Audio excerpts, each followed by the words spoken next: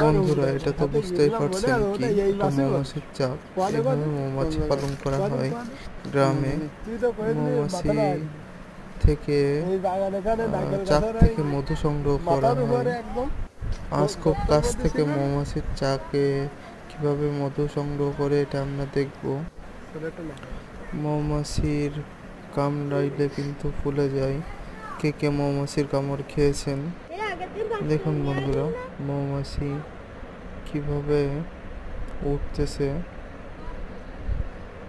আস্তে আস্তে মৌমাছির সংখ্যা বেড়ে যাচ্ছে।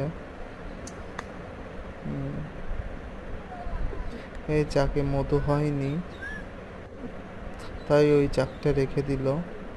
দেখুন আরেকটা চাক ওঠালো, এটাতেও মধু হয়নি।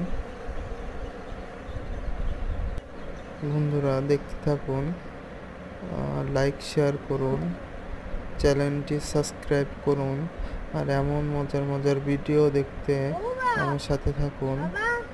মৌমাছিগুলো অনেক ক্ষিপ্ত, এই মুহূর্তে মৌমাছিগুলো কামড়াতে পারে, তাই আমরা সরে যাচ্ছি।